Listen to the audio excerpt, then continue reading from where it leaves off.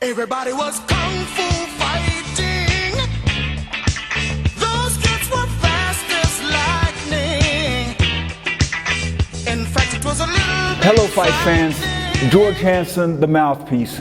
I'm here at the Marion Anderson Recreation Center in South Philadelphia with karate grandmaster Sensei Floyd Smith, who's been in karate for over 60 years. We wanted to talk about the similarities between boxing and karate. This man was actually in training camp with the great Muhammad Ali back in 1974 before he fought George Foreman. Let's welcome Sensei Floyd. How you doing? Yeah, fine. Thank you. Sensei, talk to me about karate, how you got involved. Well, I joined the Marines, a little hood rat, trying to escape into the world, right? Then trying to find myself. And I found myself a year later over in Japan. Mm-hmm. Well, I was going to take up boxing, because I did a little boxing when I was young, because I was from the streets. Right. So I like to do this, right? So I saw some guys in the gym. I was going to join the judo class. Okay. I'm waiting for payday to come, and I'm going to hook up on payday and get my stuff and everything like that. And then I saw a guy in there doing some karate. When the judo guy was doing some karate, doing the kicks and some katas and stuff like that, and I knew him. I said, Sergeant Fukunaga. I said, what you doing, man? He said, I'm doing little karate stuff like that. I said, where you learned that from? He said, well, I learned from John Bell, who also became one of my closest friend. He just died a couple years ago. He said, I said, where can I see him? He said, met him, and John said, hey, man, I want to teach you. He said, I want you to go to the class. He said, I took so many guys, made it embarrass me. Okay. I said, you got to find it on your own, which I did. Back then, I'll tell you how long ago, back then, I went on a rickshaw. Rickshaw is like a, Oh yeah, I know. it was man-driven, A right? taxi. Yeah, right, man-driven taxi, right? Took a rickshaw, written down, went there and everything. I got there. This was in Japan? In Japan, Iwakuni, Japan. Okay. Iwakuni is southern Japan, a few miles away from Hiroshima and Nagasaki, where they did the bombing, right? That's another thing. Hostility. Right. They just wasn't opening up to the Americans on their, the Americans that base on their, base on their land and everything like that. So I got to class, and the instructor told me, one of the students, the head instructor, told me to kneel.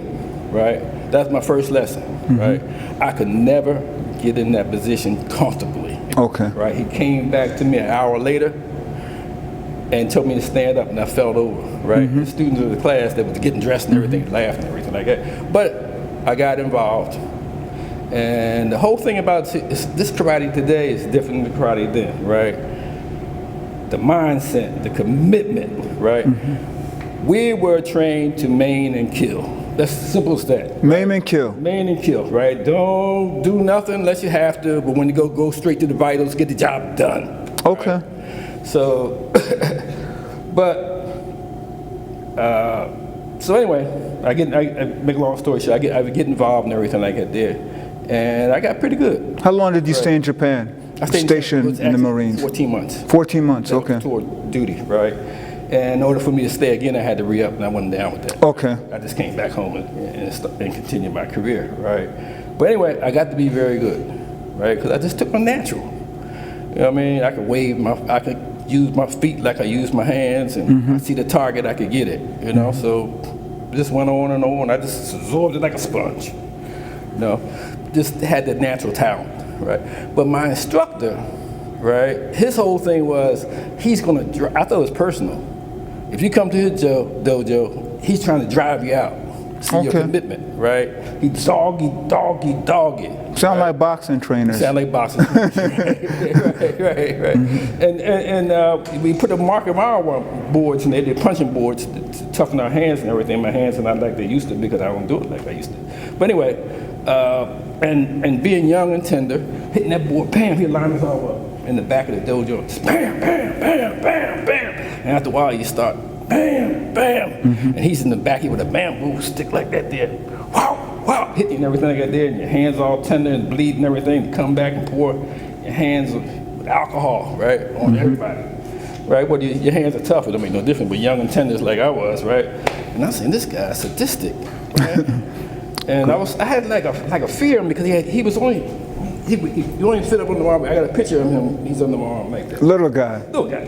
And his eyes was piercing. Like he looked at you, looked like he right through you, right? When we do our katas, which are various forms for those who don't know, he just bursts, pow, like a form of energy, stuff like that. These guys have no clue of what a real karate master is. I'm glad they called me all the accolades. I'm a karate master, maybe in comparison to some of these guys I am, right? And I have met others, right? I have met guys, I went to Okinawa, man, these guys sit up there, man, and have their forms like this here, and they break boards over the head and the arm, pow, pow, 2x4s, right? So, so anyway, being fanatical and everything like that, I went all around, we toured all around Iwakuni and stuff. We used to fight all the time. I used to love to fight. This is how I started to do. When it gets time to do that, he would point, like, who wants to get there? Boom, I'm right there, right? Or he'd point to another opponent there and say, who wants to challenge him? Or he might pick somebody to do it like that there. Before he picks somebody, bam, I'm there, right? Not that I could beat the guy, I just want to see how I can fare of it. Okay. I was new, some of these guys with black belts and everything. I want to see how long can I last, or how can I do? Next time can I do better? That type of thing, I got better, right? I had a friend of mine named Hitamoto. Hitamoto was my mentor and everything like that there.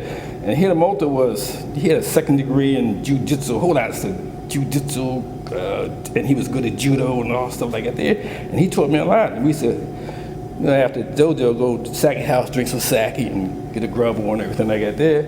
And I got so I could tighten up on him. Okay, right? so you learned. The wars that we had, people talk about today. Okay.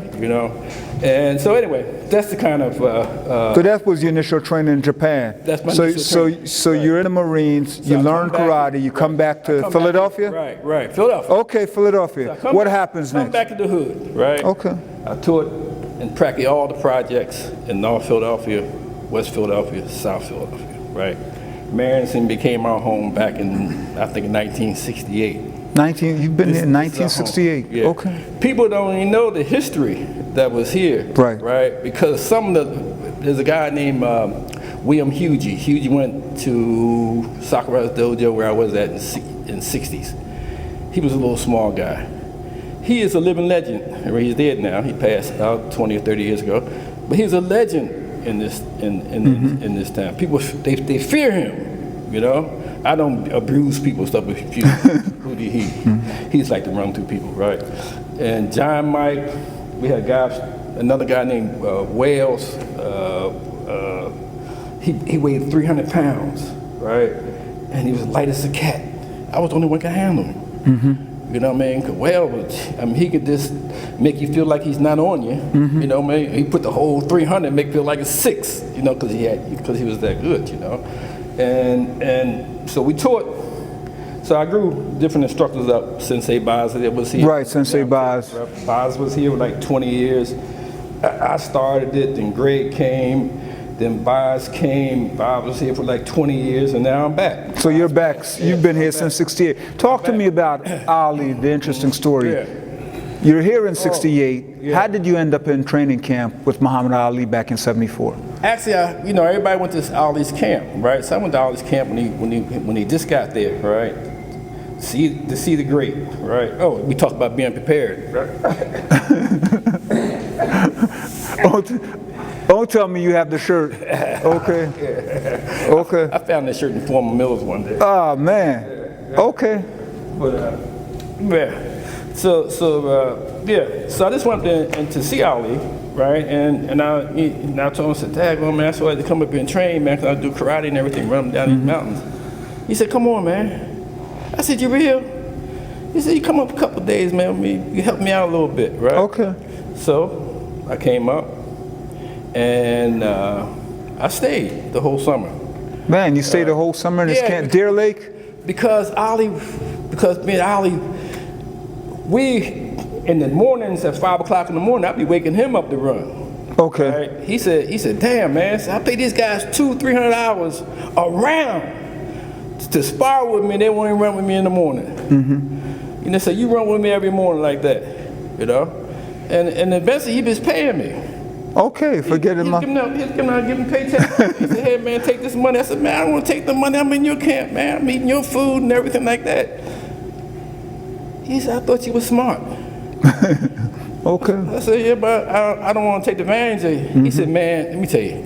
I think he said, I get $500,000 training expenses, and if I don't spend it, it go back. Right? You want your money now, or don't you? Right? Okay. He said, you take a line out there with the cook to every place you need to go, right? He said, I need you.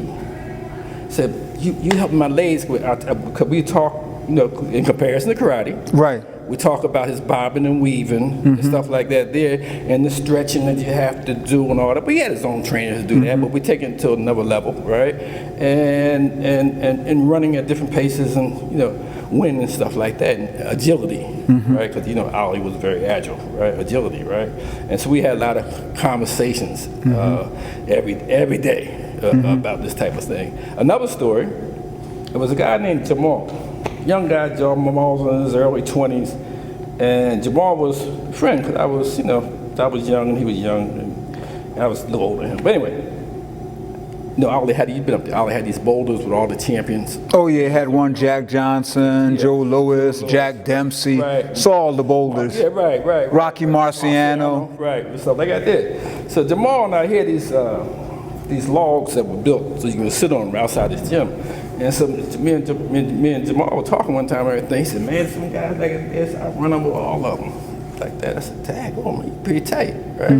Like heavyweight champion, some golden glove, whatever, right? I said, man, he pretty tight. And he was up there, training for his next fight, and I'll let him up there, right? Man, and he was always asking Ali, could he spar with him? Okay. And I said, no, man. I said, you get a chance. You get a chance. The next day, Ali said, hey, man, you ready to spar? He said, yeah, man. He said he was glad to get up there, got his headgear on, everything like that there. And Ali just danced around, man, and flicked him. Right? With a jab. Right. So the next day, I was going back home to Philly, because I still had a job. I had to go, report in that family and stuff like that. I would go in and come back, and my job would let me stay there with Ali. They were paying me too, so that was sweet. Okay. So Jamal got in the ring with Ali, and Ali just danced around the ring for 2 times, just jabbed him, pow, pow. And I was dressed like this, Gary, going. I sit right there, and blood just got all over me, all right? And the second round, he came out, and the guy wanted to do another round. Ali said, that's enough, man. And he hugged him. He said, brother, all those champions out there, right? He said, they're all better than me, right? Ali, he gets humble all the time. He said, all them guys better than me, right? He said, I just jabbed you. I said, I never hit you with a power punch. And you're bleeding. You're a bleeder, man. I said, this ain't the game for you. He said, I love you, brother. He said, but don't get back in the ring on this level no more. You know what I mean? Makes sense. That was a story. That was another story. In my bunk. You guys have bunks up there in the cabin in Deer Lake? Okay. They're all yeah, I cabins. remember they were all cabins. Yeah, there's 3 cabins up there, and Ali has one, and one was a cabin made through a log type thing made for a kitchen and everything like that, and so I got in great shape because I ran with Ali every day. Okay. Punching my marker out. I'm in the gym when he's not in the gym. He's chopping trees down, right? When he's in the gym working out, I'm chopping them up, right? And so I'm getting like Zeus, and me and him about the same height and about the same weight and everything like that. So in my bunk, I had 3 former middleweight champions: Ike Williams, Okay. Johnny Bratton, and Kit Gallivan. They were up in camp. They were up in camp, all fighters, champions of the 50s. Right. These guys, man, you talk about history, right? These guys will tell you stories. Most people may not know. These guys, before they became champions, sometimes 2 and 3 times a week, Right. in different names, doing 2-rounders, 3-rounders, 4-rounders to grind up some cash. That was the grind, right? And so if you say these guys might have a record of 80 fights, 100 fights, back then 130, whatever like that, you can add another 60 that nobody know anything about. Right. I see your point. Yeah. So one guy would say, damn, remember, he break out his paper like that there, right? He said, man, I kicked his ass. So-and-so back and so-and-so. And the other guy run back, get a news clip. He said he won the fight, but he was in the hospital. He was doing the hospital 2 weeks, not me. It's the stories like that, right? Ike Williams had real fights, maybe 10 or 15, right? And big reel-to-reels, which you don't have today, and somebody stole them from him. Man. And that was his art collection, and I think it probably broke his heart and probably would have killed him, because he was old back. He was, They just came up to camp to stay with Ali because they like him? They stayed up there. They were just fans? And they were doing bad. Okay, so he invited them up. Okay. Yeah, they were broke, and Ali was feeding them, and he would bring them down, let them show this is famous so and so, and they do those things. They'll leave and everything like that, But and he would talk to him. Another thing people don't know, Ali don't like he don't like fights. Ali said, man, I'm a fighter. I fight. He said, I watch what I have to watch, right, in order to beat my opponent, whatever like that. He said, this is my job. Okay. I got other things to do than this crazy ass, you know how you talk, right? This crazy ass shit, man. And he said, people come see me. He said, that's just one side of me. I don't like boxing. It's a brutal game. You know what I mean? He said, I do it because I have to do it. God gave me the ability to do it, and I make lots of money. Makes sense. He said, but to sit around all day watching boxing film, he said, that's stupid. He said, I watch the ones that's necessary that's going to help me, right, to prepare me. The rest of them, I don't watch, right? And so Larry Holmes was there. Oh yeah, Larry. I remember he was Ali's sparring partner. Larry came up there and everything, gave Ali a hard time. He was pretty tight back. He was learning, right? And Larry, that was something to see. Two of the greatest jab masters in the business of boxing. Being here. Talking about jab master, let's transition to some of the similarities you found in boxing and karate. Yeah. Okay. Karate guy versus a boxer. Okay. Karate guy boxes the guy with these like this. Right. I'll take the boxer. Okay, why? Right. Because, here goes one example. When I first started in karate, and I didn't know a lot of karate, right? Okay. Right, and all I knew was basically the feet and everything. Like, and I didn't know a lot of the other stuff, right? And I would get down there, man, I'm kicking and stuff like that there, and I put those head fakes would mess them up. I said, these guys ain't down with this head fake stuff, and I took advantage of it, right? So yeah, so that type of thing, right? The advantage of karate, we just got too many tools. I tighten them elbows up, we can't hit. The boxer can't hit, right?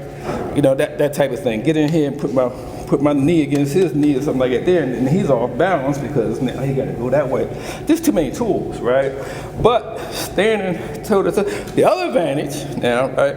If you put boxing gloves on a karate man's hand, you don't longer have karate. You have kickboxing. Okay. It's different art. Right. Right. It's a different art because you can no longer the physical skill. 1, 2, 4, 5. Right. Most people couldn't do that. Right. Bang in the eye. 2, 4. Bam. Hit. Okay. Skills. Right. So if you put a glove on my hand, I can't do that. I might do my thumb a little bit, right? So it's just totally different, right? So these guys today say they do this is karate. They got all these type of gear on and stuff like that there, and God bless them. They do what they do. I'm not knocking it, right? We wore no gear. We wore no cups. Right? If you got hit in the balls, right, it's your fault because you didn't protect yourself, right? Get hit a couple times. You will learn how to protect yourself. You learn how to keep it tight, But these guys got all kinds of equipment and everything. If they get attacked on the street, they're done, right? Okay. But they're not prepared for it, right? Boxing and karate has a lot of similarities. You have to stay on line, so to speak, right? You have to. If your feet are this far apart, right, you have a certain amount of speed. If it's that far apart, right, which is seldom, right, then you're slow, right? If you go up, right, if you come up, then bam, bam, bam. You got a lot of speed. You get down, right? You got a lot of power, right? So there are the similarities, to boxing, right? You have and you know, I come to the gym all the time. I like boxing, stuff like that. There, just to see what's going on and everything. And plus, the hard grind. I'm laughing, Sensei, because you mentioned someone you trained, Sensei Boz. Right, yeah. And the dojo's right upstairs. So I was so curious back in 2006 that I actually went up and I remember. spent a year up there. Right.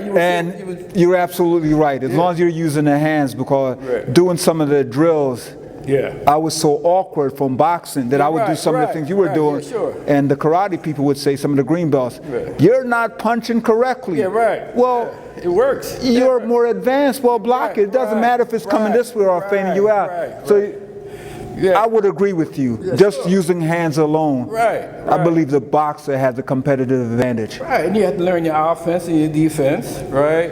You have to be in condition, right? You have to have heart. You know, all those type of things, right? You have to have vision. You know, you have to have a plan, and you have to be able to adjust your plan as you go. Right. You know what I mean? And a lot of these guys, they see Bruce Lee, and Bruce Lee did a lot of great things to help karate, right? We all love Bruce Lee, right? But as far as fighting, right? Bruce Lee was not the greatest. He doesn't even get into that realm, right? I was recently, when the Pope was here not too long ago, I got an award over in Williamstown, New Jersey, a Legend Award or something like that, from the brothers, right? Vic Moore was there. Right? That's a famous Vic Moore, karate master, Vic Moore, right? Old now, like all of us, right? He actually defeated Bruce Lee. Yeah. They had a demonstration, right? And he told us that when we were at the awards, I think, banquet. He said, him and Bruce Lee gave a demonstration. He wanted somebody to, he wanted an opponent, and Victor Moore Sensei said, hey, you going up there, right? So Bruce Lee said, couldn't nobody stop my punch? And so he threw a punch at Moore, right? Moore's pow, and he blocked it. Bruce said, okay. And he did it 3 times, but he couldn't get it through. He said, okay, man, so you're pretty tight. He's like at this, and Bruce Lee walked away. And Victor Moore called and said, oh man, my turn now, right? And he hit Bruce Lee, right? And Bruce Lee said, oh man, that's real nice, you know? So, but they sort of like before when it was on YouTube, you could see the punch, and now sometimes they adjust it. You have to really see what's going on. But the people that are there knows what's up. You know? And let's be honest, Vic Moore was a world karate champ. He was a world karate champ. Won battles everywhere. Bruce Lee never competed. Bruce Lee never competed, right? So we know, right, that all of us in the business and everything like that. And God bless Bruce Lee. He did a lot to help the art, and did a lot to hurt it, because everybody want to be like Bruce Lee, but they don't want to train like Bruce Lee. Right. No, he trained. He trained real hard. He was trained real hard, right? But we don't know what you can do, right? We know that Chuck Norris was a competitor. Right. The brothers tear his ass up in New York. He won, but see back then, I tried not to get my students involved with tournaments. Right? Because now you're trying to win, that type of thing. That's just tournament stuff. 2 guys dancing, one tag, the other, bam, bam, bam. Right. When we fought until your sensei stopped, wherever it might be, up, you could fought in the ring, out the ring, on the floor, whatever case may be, down here, up there. These guys, look, 2 things that the average karate guy can't do today, right? He can't fight here, close. Right. He can't fight down there. I got you. Put them there, they're Neverland, right? Because they're not efficient like that. You know what I mean? Victor Moore, Bruce Lee, right? Bruce Lee was a Hollywood star. I have to ask this question, and I know our director's over there signaling that we have 5 minutes. 5 minutes, okay. But always ask boxing people this, and the answer is the same. Who's the greatest fighter of all times? And people say Sugar Ray Robinson. Who's the greatest karate grandmaster you've ever seen? Or name the top 3. Oh, they would all have to be in Japan. Okay. right? And it was hard to say, because I know Sakura, who was my instructor, the one I told you about, right? And Mr. Osuka, right? Mr. Osuka that started Wado Karate was a jiu-jitsu master. Okay. That when they put the karate thing together, he blended his jiu-jitsu with that, right? And him and the other ones, there's some other masters, man, that there was just too many to because I didn't train under them, right? I know of them, right? So I can't say, but there's some that maybe be greater than them, right? Because I'm biased, because Right. I'm touched by that. I'm the same way. Sure, right, yeah. We look at boxing, and one of my criticism is that boxing is going backwards because some of the great trainers have died, and people are just throwing a towel over their shoulder these days and claiming they're trainers. Right, sure. And I would take a survey today. Overwhelming majority of the boxing coaches today have never boxed, amateur or professional. Right, sure. Now, we look at karate, and one of the criticisms I've heard from some karate masters is that everyone is opening up a karate dojo, and they really don't know what they're doing. You know, these guys open up dojos, and they're the ones that's making the money in karate, or the ones that don't know what they're doing. Right. Right? My guys, to say for instance, my boys, right? My boys went to karate school before they went to elementary school, right? We train everywhere. We train in the park. I got pictures. We train in the snow. People don't know, if you train hard enough in the snow, right, you will get warm. Your feet will get warm, right? That type of thing. These guys are Hollywood karate men, right? They only train on certain conditions in the dojo, right? We used to run around gravel, but the water reservoir is now, before they put the gate around and everything on 33rd Street, all the boxers used to run up there. And we used to run around on it was gravel. And I used to run down on my bare feet back in the day. You know what I mean? I cringe just thinking about it now because I'm tender. I'm just a skilled man, right? But yeah, so yeah, it's a big difference in that type of thing. It's a big difference in, like you say, the trainers and the commitment. If you're not committed, you just smile, take your towel, so you're just going to come and get shaped and go about your business, because you're not going to be no champion, right? If somebody had to wake you up in the morning and run your miles, you're not going to be a champion. Forget it. Yeah, you're not going to be a champion. You know what I mean? Yeah, we don't have good instructors. Same thing with boxing. Yeah, that's what I'm saying. We don't have good instructors. We know everything is built off basics, right? I asked Mr. Osuka one time in 1968. They had a big worldwide tournament, and they left him in the Coliseum. And me and my buddy John Bell, the guy that started me up, he lives in L.A. We swooped him up. We had him for the whole weekend, right? And so I asked Mr. Osuka. So we get real buddy. I said, Mr. Osuka, we're in the room, and I say, tell me the secret stuff. I'm young, right? We're almost at 1 minute now. Right. Mr. Osuka said, it's in the basics. Okay, it's the basics. And I didn't want to hear it, but 20 years later, I know that he was telling the truth. Well, Sensei, this has been a good conversation. Yeah. I hope we could continue. Can you tell everyone where they can come to learn from you? Yeah, you can come at Mary Anderson Recreation Center, 17th and Fitzwater. We're here for Your hours. Yeah, Monday, Wednesdays, and Thursdays. And we're here from 5 to 7. I'm also just beginning to train a woman's self-defense class at 6:30 Tuesdays.